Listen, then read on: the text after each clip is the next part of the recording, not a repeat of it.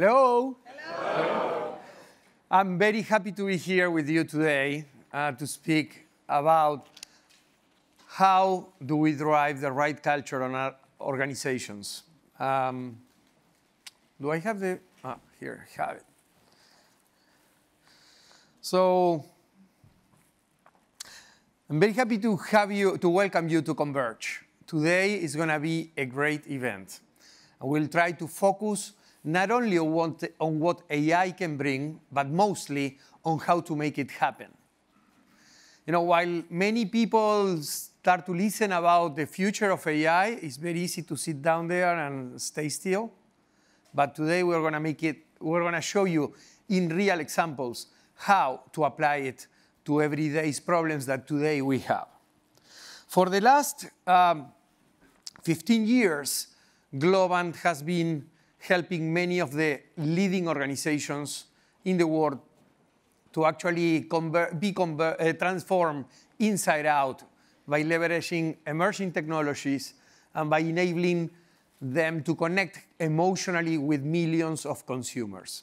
So that took us to grow extremely fast. And Globant has become one of the fastest growing startups in the world in the last 15 years. So that has been a significant challenge. And during that process, we learned a lot about how to help these organizations. And it's an interesting time for any organization, because we are now facing triple challenges. Every organization is facing a new consumer force that is not only demanding from us a better experience, but it's also translating experiences from other industries. So it's no longer the time in which you can say, OK, I'm a bank, for example, until the next bank figures out what to do, I can rest assured. No, people is translating new things, new expectations from the Ubers of this world. There's a second challenge that we are facing, that is a newer employer force. An employing force that will pivot towards brands that offer transparency, meritocracy, a clear sense of purpose, and particularly the promise, a credible promise, that you will increase you will enhance your career while being there. Otherwise, they will choose anywhere else. And to complicate things, we are also facing the third challenge, which is a new kind of competitors. Competitors that perhaps we admire for quite a long time until they enter our industries. What was perhaps a bookseller 20 years ago now is entering into many different areas and is essentially transforming the landscape, the competitive landscape of every different industries. So that's a challenge. And my question is, how suitable are our companies to actually adapt to that change? And I would assume that pretty much if you come from any large enterprise, we can conclude that many of these organizations are struggling bureaucracies that are failing to make sense. And I believe that the reason for that is that silos, hierarchies that speak about the lack of empowerment at the bottom of the organization, misalignment of objectives, and many other things, human things, are getting into the middle. So that's a challenge. And I believe that many organizations, while trying to surf this digital transformation wave, are struggling to jump into the surfboard. And what is important is they are not seeing the cognitive tsunami that's coming behind. And that's a challenge. So I would say that, many organizations have invested a lot, and they think that whenever it comes for digital, everything is about being able to execute in the digital space by doing digital. And I would argue that is no longer the time in which doing digital is enough. But it is mostly about being digital. How many of you have already used any of the tools that your organization had put at your disposal? For example, how many of you have entered to an ERP system or a CRM system in your lifetime. Okay? So, in essence, our organizations are full of investment into a lot of software that is aimed to make transactions, that is aimed to count the money, that is aimed to optimize a process. The other day, I was having breakfast with my kids, and this is what I saw. These are Claire and Sophia.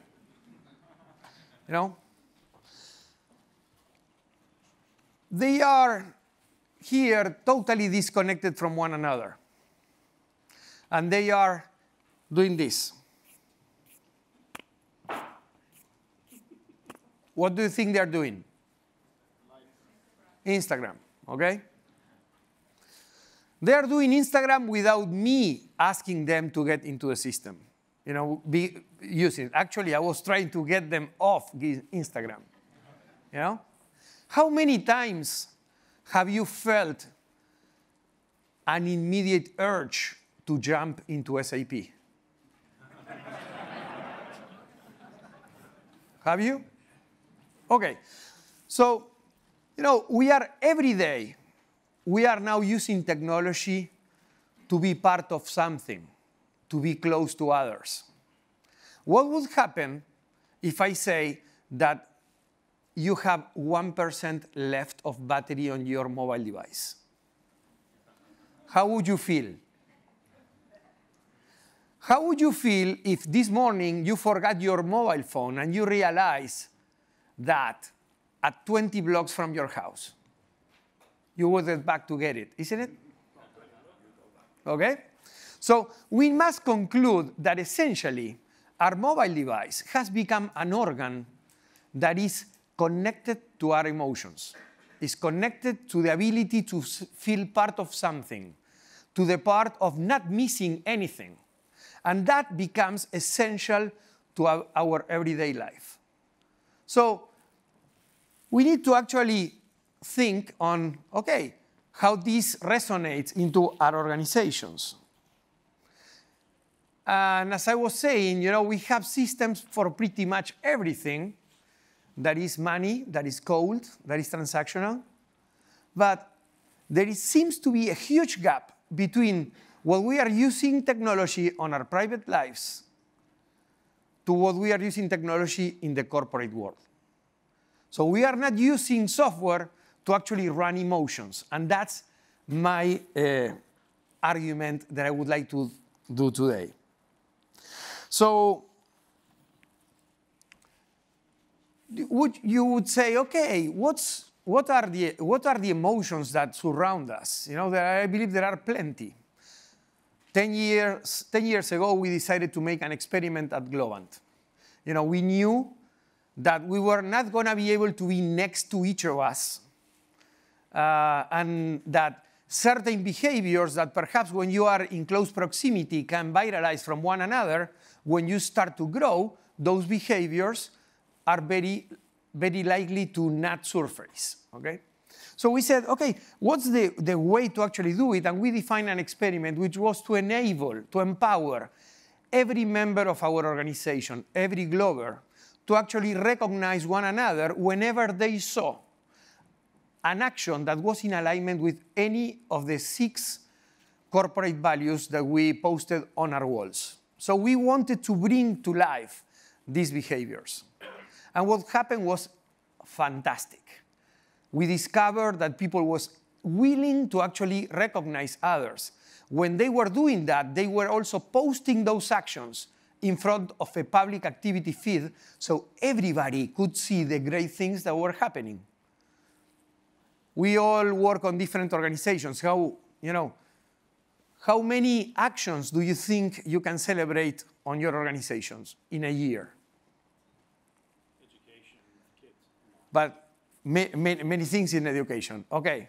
So just to give you an idea, on Santander Group, that are using our solution, they just celebrated after a little bit more than a year, 1 million actions that were celebrated by people whenever you give them an opportunity. At Globant, on any given day, once every minute, there is an action that is being recognized by someone. It doesn't need to be me. It could be anyone recognizing them.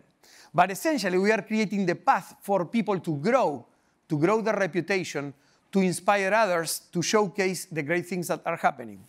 So that also started to actually enable us to think even larger. And last year, I was here and I told you about Start Me Up OS. We started to think there was a need for an operating system for the organization of the future. A kind of solution, a platform for people to interact, to enter into meaningful conversations that at the same time that we're making and reinforcing our social tissue, we're allowing us to get a lot of information and to drive a smarter organism, something that looks more like a living organism. So with Start Me Up OS, we have a number of solutions. So for example, not only I can recognize an action, but I can open up my mobile phone and suddenly discover that I'm on a meeting with Martin, and I can send him good feedback. I can click, Martin, okay. I can click on whatever I was surprised. Then I click on the microphone, and send him, hey, Martin, you really rock it. Boom. And there is a feedback being sent. Or I can come here and I take a selfie and post it in front of the rest of the organization. So we have a window to whatever is happening. It's extremely hard to be in the know of what other great things are happening beyond what we can see. Or we can use Take Part, which is essentially a Tinder for ideas. I know you haven't been in Tinder, isn't it? Okay, but you can swipe left or right ideas of your coworkers, trying to rate good ideas up to the top. So all these meaningful interactions are giving us insights, a lot of insights about the inner workings and the important things that we never knew about our organizations. So I'm going to talk to you about some learnings that we had developing this. The first one was the importance of putting solutions in the pocket of our people. A few weeks ago, we launched our annual survey, mood survey. And suddenly, in just the first day, 40% of the survey was responded. On day 6 of this, on the pink curve, this is the new solution. On the blue one, we see what it took us for us to gather, to gauge the humor of people last year, okay? Using another solution. So by day 6, I would say that we were already surpassing what it took us 21 days using a formal survey. It also, having this interaction is giving us light into how we are connected. So the flow of stars flowing from one part to another not only allows us to see them flowing on a map of the world, seeing how people connect to one another, but it's also allowing us to see how well integrated are different areas of the organization. So when looking at this integration, the opportunities are endless. Here we are seeing how this physical space that we use is actually enabling for certain interactions. This is North Park, is one of our offices, has a layout that has 11 floors, okay? So we wanted to know how physical space affects interaction. Something that typically you don't know, okay? So here we can see that there are like certain, every color is different areas. So we can see the blue, our developers are highly connected with some project managers, which is the green dots, But there is, of course, a floor with project managers. There's the gray there, which are financial areas in the same place, And on yellow, we have HR. So essentially, these guys are connected a lot between them, but the space is actually separating them in different ways. We also have a number of offices within Buenos Aires. And we wanted to understand how leadership is affecting that and how it's distributed among these. And not only formal leadership, but also how influential are the people on different offices. So for the sake of simplicity, we have moved the hubs, the connecting hubs, the people who connect with more people to the outer part of the graph. And here we can see that a lot of our leaders pivot towards North Park, which is our office in the north, and to Laminar, which is the office in the center. We see a few examples at South Park, but most of them, while there is a huge connectivity, most of South Park people is at the center. It's not as prevalent to the hub, to the people who really are connectors. So this can give us an indication of also how do we separate our leadership and how we allocate teams to our different space. So there is a lot of work being done on how to identify. You know, we know how important people is. There are people that are important that we don't recognize.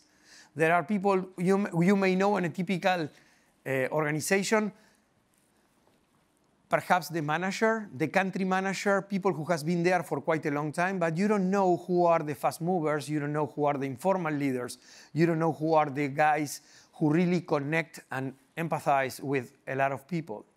And actually, we started to discover that. So here we are seeing one of our offices, and we can see on the lower part of the screen, we see the team members, people who are connecting to one another, but particularly doesn't have a certain leadership attitude. On the lower right quadrant, we see the formal leaders, those who are inclusive leaders. They are trying to recognize others, but not necessarily they are recognized. Okay? On the upper part, we can see the cultural leaders, those who are appreciated, both appreciate others and they are extremely appreciated by other parts of the organization. And then we also discover this solution help us distinguish the helpers, those on shared areas, people who will come and fix your computer, you know, that are extremely valuable for everyone, you know, but perhaps they don't have the opportunity to value others. So each of them are very important, but having this knowledge can also give us some insights on some outliers. People who can, perhaps are former leaders who are not recognizing as they should, or people who being formal leaders are extremely appreciated as a cultural leader, or people who have a very strong sense of service. And this is how we also discover our ambassadors. For example, Lou, who organized our ski trip. She's very popular.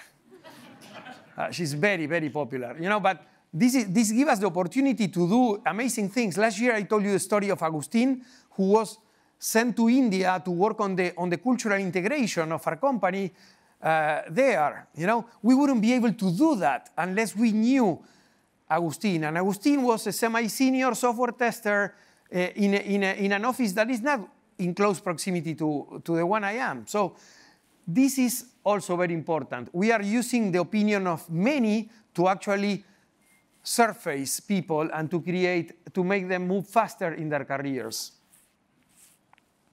So talent is extremely important. I would say that talent and data are the oil of the 21st century. And attracting talent is very important. Retaining talent is very important. And we have found some amazing findings related to that. This is a graph that shows that people who are actively recognizing others and being recognized, these are the first column with full interaction on Start Me Up, they leave the company by 6%. On the other hand, on the other end of the spectrum are those who don't use it at all. Thankfully, they are just 16% of the organization. Of those, they leave 40% in a year. So that's about 7 times higher attrition on those who don't feel valuable or at least who haven't connected to a social tissue of the organization. In the middle, we have those who only receive, who live by 11%, and those who only send, who live by 22%. So this is an amazing finding that makes us believe that Start Me Up acts like Velcro to the organization. But this is an interesting finding, but it wouldn't be amazing to see who may be leaving the company actually, so I can do something about it? Actually, we have found it. We have found that 20 weeks before someone leaves the company, we have early indications of that attrition to be happening. So, and we have seen it in different companies. We have a number of companies that are using Start Me Up today. And in every case, both on different organizations or Globant that has been using it for 10 years, we see the same pattern. We see a disengaging, which is the reducing number of stars, 20 weeks in advance. While people who are living are staying in the company, they have a pretty steady connection to that. So that's important. One thing that we still need to discover is why, in the case of Globant, people who are leaving the company during the last day or the last week, they get rid of all the stars because are very limited stars, very valuable, and they send it as a way to say thank you to others. So that's a very good gesture. So as you can see, these are amazing findings. But what would be the value of data if I can show it once a year here? We all face the blindness of entering an office and not knowing who's who. We all have team members who are coming and quitting without us having any kind of warning. We all have the inability to make more connections and to perhaps get suggested who to connect. So that's why today we are launching and getting into Start Me Up what I call the Swiss knife of the worker of the 21st century. And that's essentially having the insights on who's who. So whenever I go to Mar del Plata, I can see that Carlos is a rock star. I can see the mood and the status of all the projects that we are developing. We can see how people is participating, who are the ambassadors, how's the quality of the leaders and how well they are being recognized, how do they integrate with other offices and other areas. These are important findings at the fingertips of every member of the organization, because we believe that through this, we can all become much better corporate citizens and far more empowered to do something that we believe is extremely important, but that until today, we didn't have enough tools, enough visibility to actually make it happen. So collectively, I believe that by digitalizing emotions, something that we are not doing on our organizations, we can make the invisible visible. Thank you very much.